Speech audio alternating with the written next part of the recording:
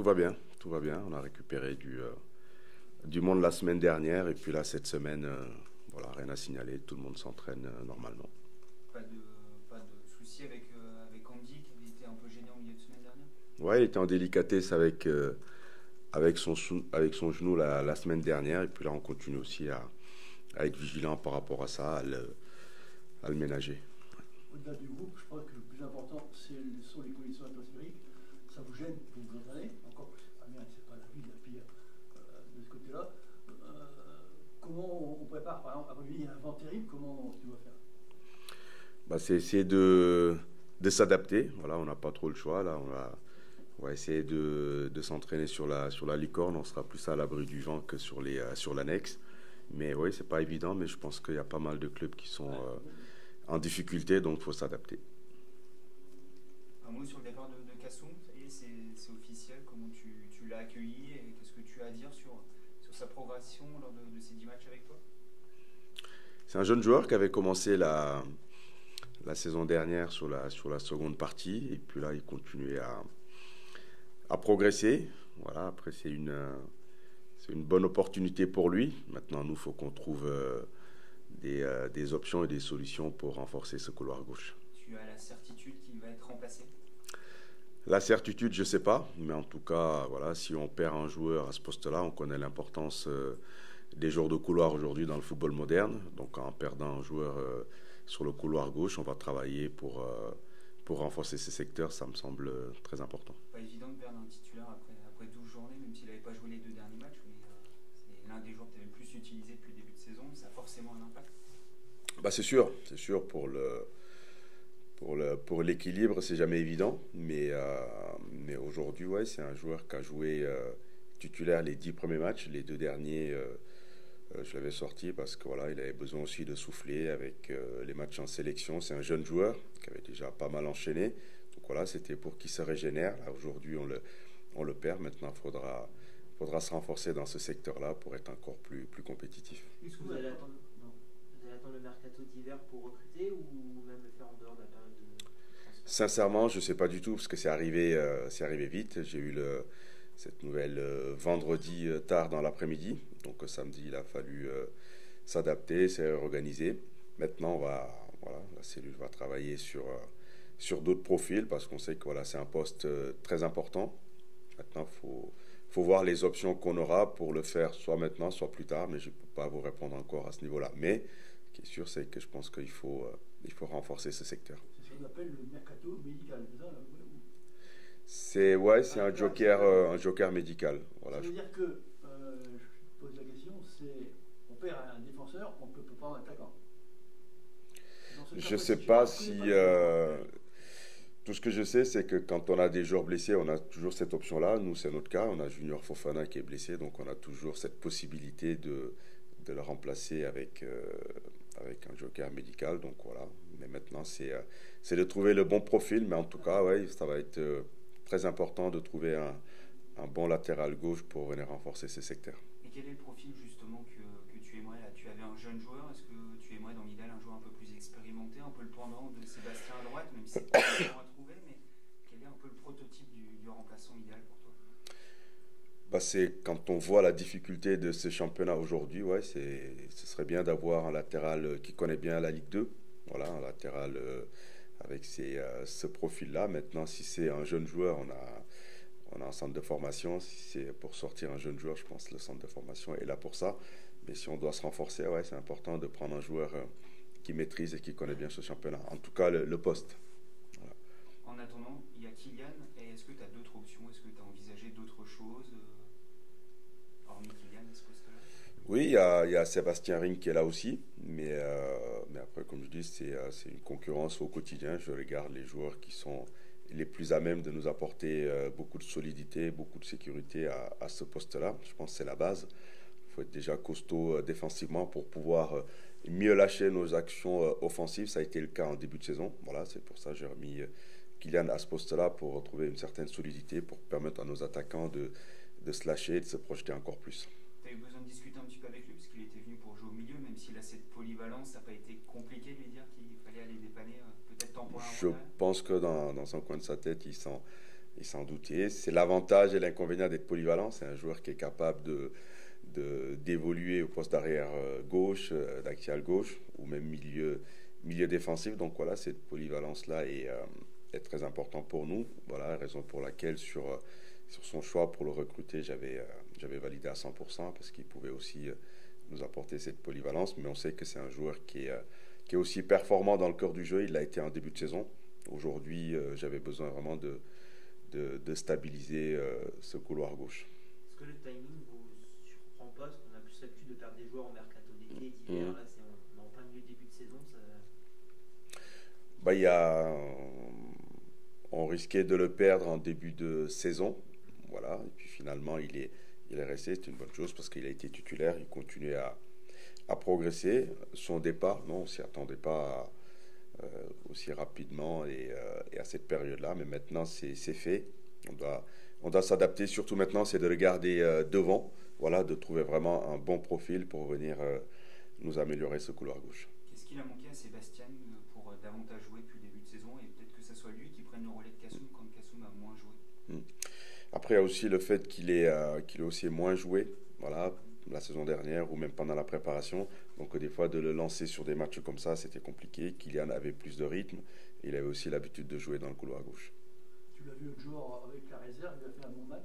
C'est un garçon qui, à mon avis, s'interroge à chaque fois qu'on fait appel à lui. On sait, dans sa tête, il se dit on m'appelle parce qu'il y a un manque. Est-ce qu'il peut évoluer en pleine confiance et être meilleur encore? Je pense que ça date pas de maintenant. Il était là la saison dernière. Donc entre eux, c'est une concurrence saine. Le coach, il est là pour faire jouer cette concurrence-là. Et aujourd'hui, il y a un choix qui est fait. Je pense que voilà, c'est un garçon intelligent. Il le respecte, il travaille. Et à un moment donné, quand tu auras l'opportunité de jouer, c'est à lui de montrer qu'il peut tenir ce rôle-là. Bon, dans ce contexte de déplacement à Dunkerque, il est temps de relancer la machine, d'arrêter l'hémorragie de matchs sans victoire? Ça nous tarde, ouais, ça commence à être long.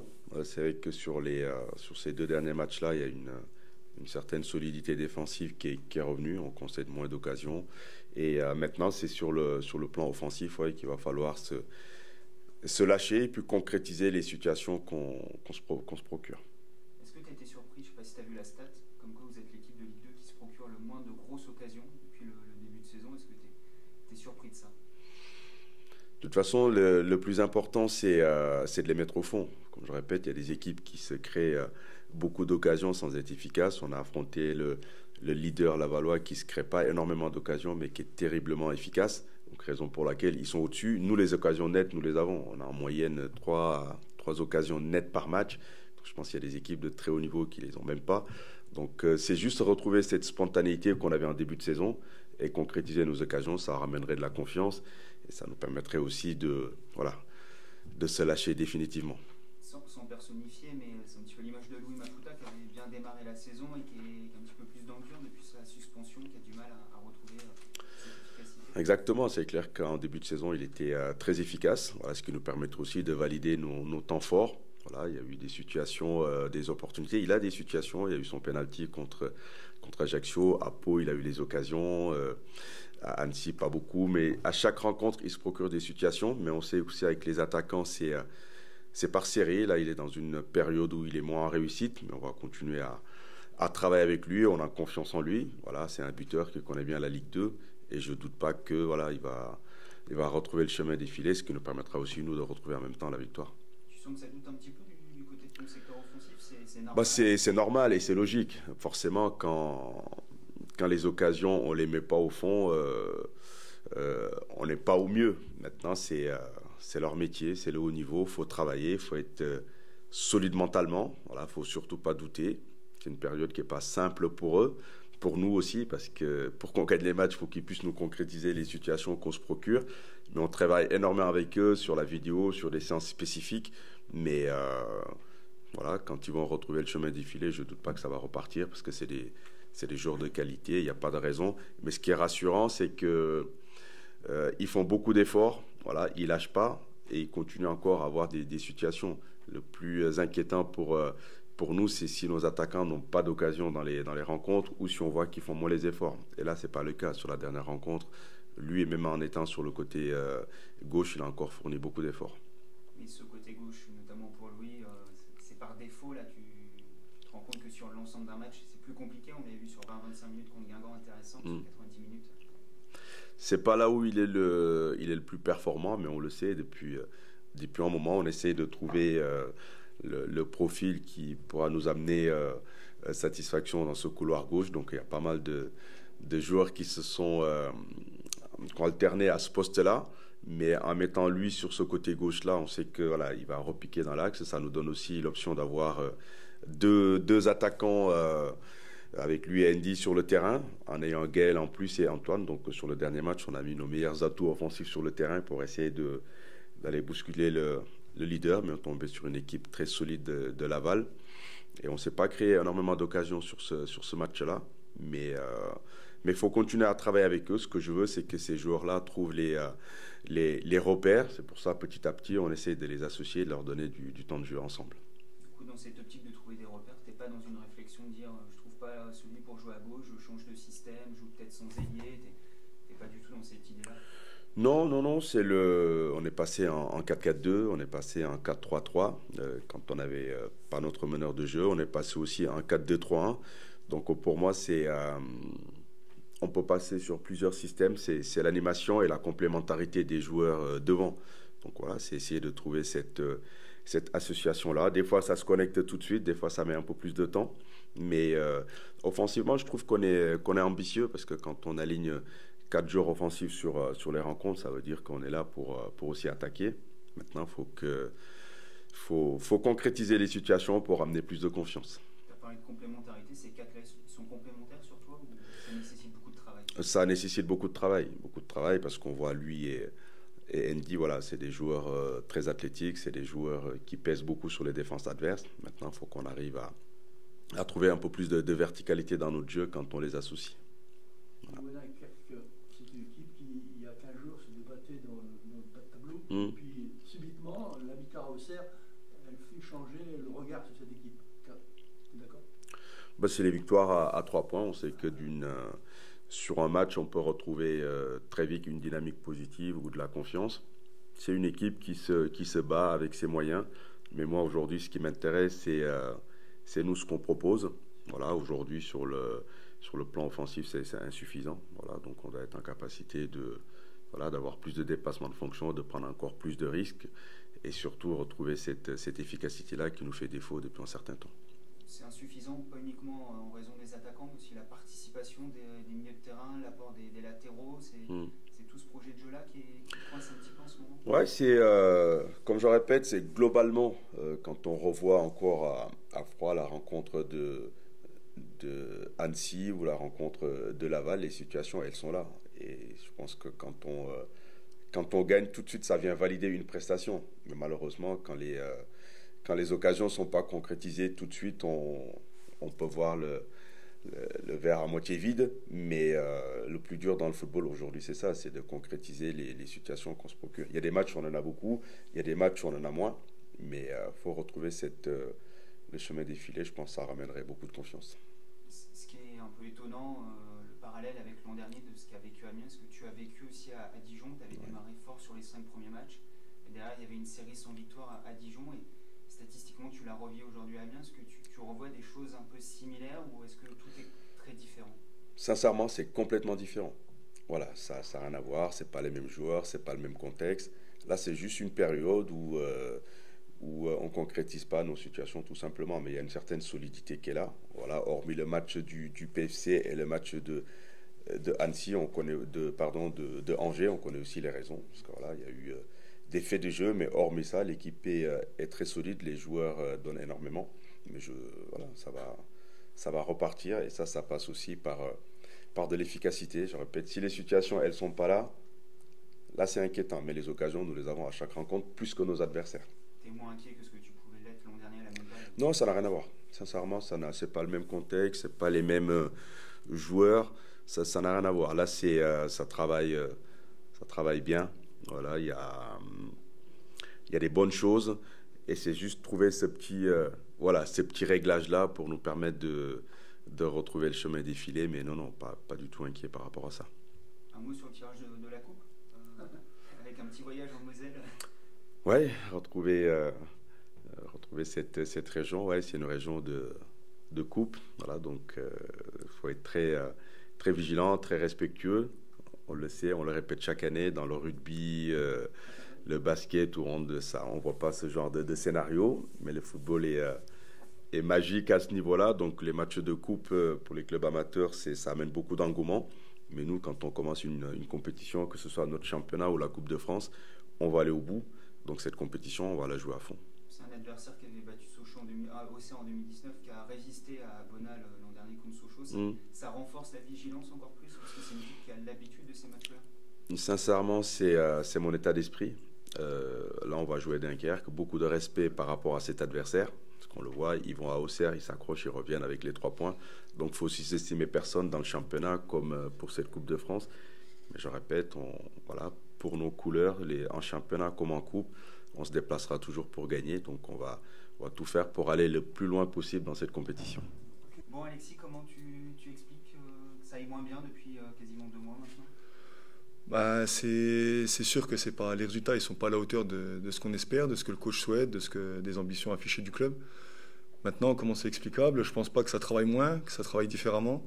C'est juste qu'on a aussi des facteurs qui tournent un peu plus contre nous que ce qu'on avait au début de saison. À l'image d'un Queville, à la dernière minute, on arrive à marquer et on l'emporte.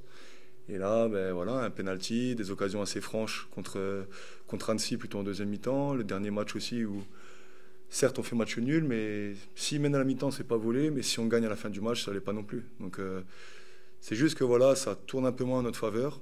Et comme on dit, en tout cas moi c'est ma philosophie, si on veut que ça repenche pour nous, il faut travailler plus, il faut être encore un peu plus exigeant. Et il n'y a que comme ça passera par le travail. Tu as le sentiment que ça cogite un petit peu, notamment chez les attaquants, hormis Andy, personne n'a marqué sur la période? Non, très honnêtement, je pense pas que ça cogite plus que ça. Alors après, chacun se remet en question. Attention, c'est pas quand on rate un but, même à l'entraînement, on n'a pas le sourire. C'est pas parce que les mecs qui rigolent et ils ont le sourire que c'est pour autant qu'ils négligent leur travail. Mais je peux vous assurer, et je pense que tous ceux qui se déplacent et qui viennent nous voir au quotidien, ils voient que ça bosse dur, ils voient que ça travaille et que ça prend tous les exos au sérieux. À l'image de Mika qui fait pas mal de spé attaquants aussi pour retrouver cette rigueur et cette efficacité. Nous, surtout en tant que gardiens, on le ressent. On travaille au quotidien avec ces mecs-là et je peux vous dire que ça fait le maximum pour justement retrouver le chemin défilé le samedi. Tu as l'impression que vous n'êtes pas suffisamment payé sur la période en cours? Vous étiez peut-être un tout petit peu trop sur le début de saison et là, pas suffisamment?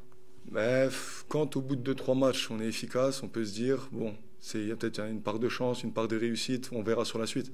Quand au bout de plus de 10 journées, on a cette place-là avec cette efficacité-là, tout simplement, c'est qu'on le mérite. Donc, c'est pas forcément qu'on travaille moins ou qu'on n'est pas assez bon. Pour moi, c'est pas ça. C'est juste que c'est à nous de faire tourner, justement, faire tourner dans notre sens, faire tourner la roue.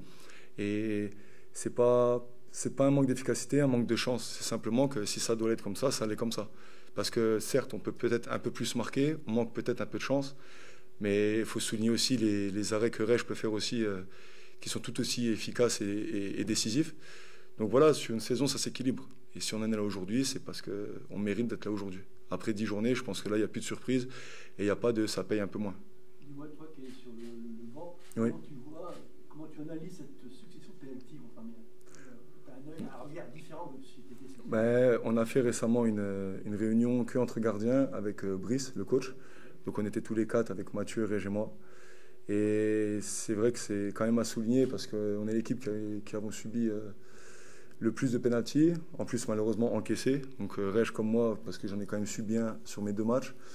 On n'a pas réussi à être décisif, c'est aussi le taf du gardien. Il n'y a pas que des arrêts à faire et des pénaltys à sortir aussi. Et on a fait un ratio de but encaissé, frappe encaissée, arrêt effectué et but encaissé, et dont ces pénaltys-là. Et c'est sûr que là, on est à 13 buts. Alors, on reste dans une bonne moyenne, parce qu'on n'est pas l'équipe qui avons encaissé le plus de buts. On n'est pas non plus la meilleure défense. Mais on a quand même un bon ratio sur cette efficacité-là. Mais Brice a mis l'accent là-dessus. Il faut garder cette barre assez haute, du coup assez basse, on va dire ça comme ça. Mais si on avait cette opportunité de sortir en plus 1, 2, voire 3 pénaltys un peu plus souvent. Alors après, c'est pas pour autant qu'il faut en concéder davantage sur les matchs à venir, mais ce serait encore mieux pour l'équipe et pour nous, pour garder ce ratio-là. Donc les pénaltys, ben, c'est que déjà, ils entrent peut-être un peu trop dans notre surface. Parce que si à partir du moment où ils sont dans la surface, c'est qu'il y a un pénalty. Donc c'est à nous d'être beaucoup plus vigilants pour qu'ils aient encore plus de mal à rentrer dans cette surface. Et une fois qu'ils sont dans la surface, eh ben, c'est mieux défendre. Comme on dit souvent, c'est défendre debout, éviter d'un tacle. Comme on dit souvent, les mains dans le dos, mais pas n'importe comment. Éviter de tourner le visage. Si on doit la prendre en pleine tête, ben, nous on sait que les gardiens on adore ça, mais peut-être que d'autres un peu moins. Et le coach, vraiment, il met l'accent sur ça tous les jours à l'entraînement. Et je peux vous garantir que quand il y en a un, quel que soit son poste, du gardien à l'attaquant, quand il y en a un qui la prend en pleine tête à l'entraînement, ben, il n'hésite pas à le souligner sur la fin de séance en disant que c'est vraiment ce qu'il recherche, cet état d'esprit, cette façon de défendre. Et que voilà, s'il y en a un qui doit se sacrifier, ben, pour ne pas encaisser de but, eh ben, c'est ce que lui il veut en tout cas. Cet esprit de corps, pour résumer, il était un peu moins présent sur certains matchs en septembre et en octobre. Ben, finalement, moi je trouve qu'à part Angers, on n'a pas non plus encaissé plus que ça. Le match d'Angers il fait mal parce que voilà, 4-1. C'est en plus à domicile. À domicile, on était presque imprenable jusqu'à ce match-là. Donc je trouve pas que le don de soi il a été différent. C'est parce que les résultats ils n'ont pas non plus été catastrophiques. Alors ouais, quand on perd 1-0 ou quand on fait 0-0 alors qu'on a le penalty, c'est sûr que c'est très très frustrant. Ou alors il faut un top but de Andy pour pouvoir égaliser, alors que des occasions un peu plus franches, entre guillemets faciles, on n'arrive pas à les mettre.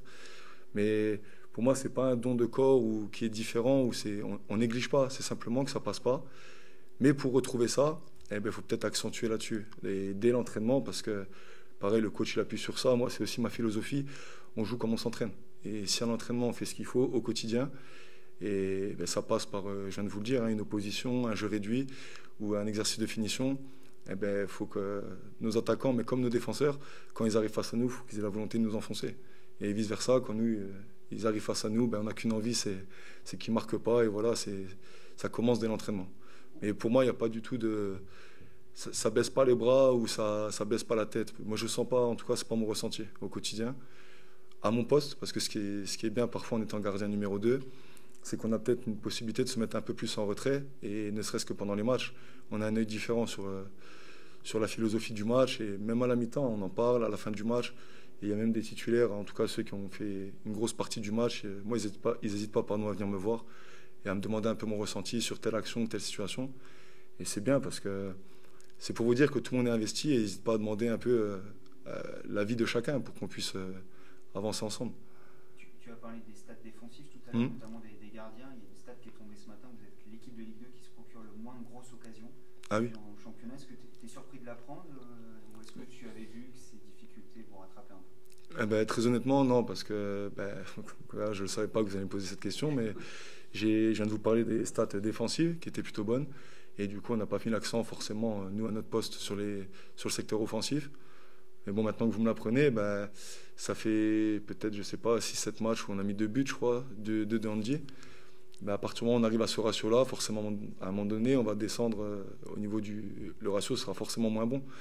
Et dans ce championnat, je trouve que ça va assez vite, parce qu'un 3 ou 4-0 ou le 4-1 qu'on a pris, si nous, en plus, on ne marque pas depuis plusieurs matchs, tout de suite, la tendance, elle s'inverse. Et je ne suis pas forcément surpris de l'apprendre, mais je trouve que c'est bien parce que ça peut...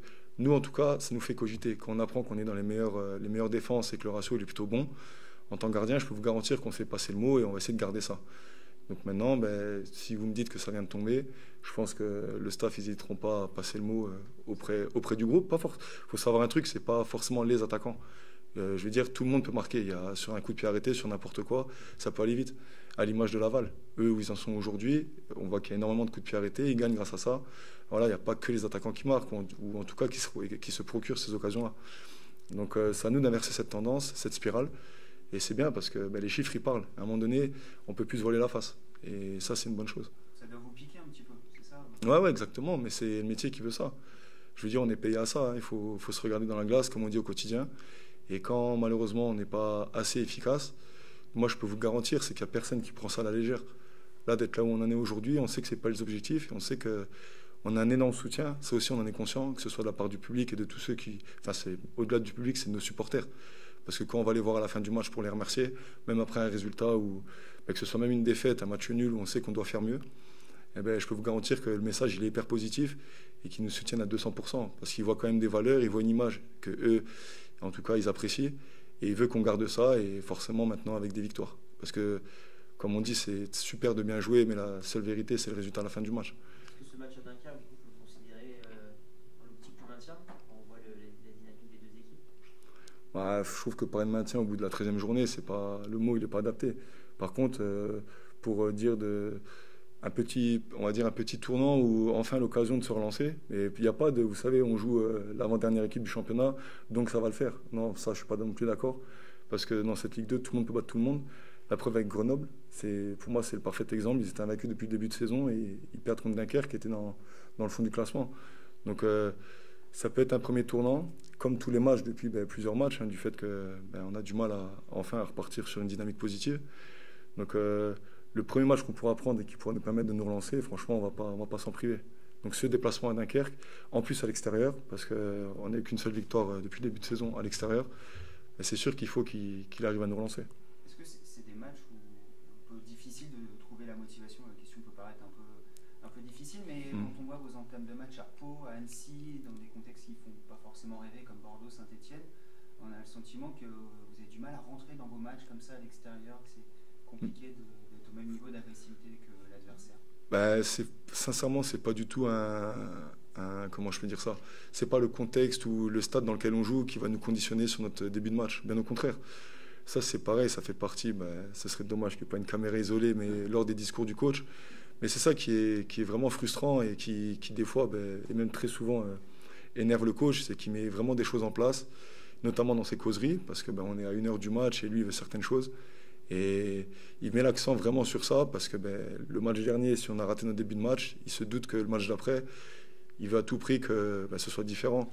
Et comme vous venez de le dire, sur les matchs à l'extérieur, c'est pas du tout ce qui s'est passé. Et ça, je peux vous dire que le retour qu'on a, il est vraiment assez pointu là-dessus. Et c'est pas le stade où comment dire, l'adversaire qu'on va jouer qui fait que.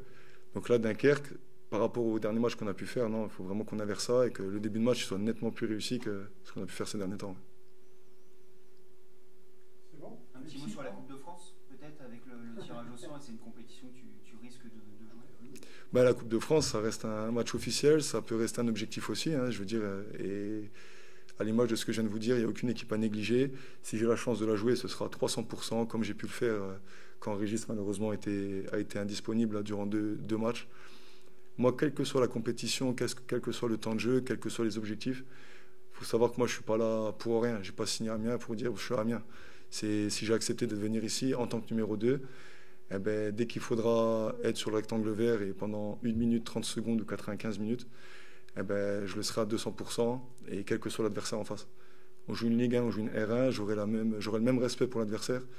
Et le plus important, c'est de rentrer sur le terrain avec la même envie et la même détermination. Une R1 qui a l'habitude en plus de ces types de matchs-là, ils ont joué au Auxerre, Sochaux les dernières années, c'est toujours les tirages pièges, ça. Ouais, voilà, mais ça passe par là. C'est-à-dire que si on pense qu'on est déjà qualifié parce qu'on a eu la chance de tirer une R1, on se trompe complètement. Et la semaine qui précédera ce match-là, c'est peut-être ce match-là où il faut être encore plus vigilant, parce que des surprises, il y en a tous les ans, de plus en plus tôt dans la compétition. Et si on peut ne pas être la première équipe de Ligue 2 à se faire sortir dès le premier tour, franchement, on ne va pas s'en priver. Donc à nous de faire le nécessaire. Mais il y a 2 très gros matchs importants avant ce match-là et on aura le temps d'en reparler. On vous souhaite de relever la tête d'ici là, mais il y a 2 ans, Amiens était dans une situation délicate au moment où la Coupe avait démarré. C'est un peu la Coupe qui avait relancé une dynamique pour Amiens. Ça t'est déjà arrivé, ça, dans des moments difficiles, que ce soit en championnat, que ce soit la Coupe qui permet de relever la tête? Parfois, la Coupe, elle masquait un peu aussi les résultats du championnat. Je l'ai un peu vécu à Laval sur ma première saison. C'est-à-dire qu'on était dans une moyenne dynamique, on va dire, au niveau championnat. Et la Coupe, des fois on passait un peu au tir au but. Et du coup, on créait une petite ferveur, un petit élan positif. Mais au final, le championnat était toujours très moyen. Mais du fait qu'on enchaînait en Coupe, en plus c'était l'année un peu Covid, donc on jouait un peu tous les 3 jours parce que tout avait été un peu décalé. Ça peut masquer les choses, mais si on peut se servir de la Coupe pour enchaîner les résultats, on ne va pas s'en priver. Mais comme je vous le dis, on ne va pas attendre la Coupe pour se relancer. Si on peut le faire dès ce week-end et enchaîner contre Grenoble et garder cette dynamique après en Coupe de France, on le fera.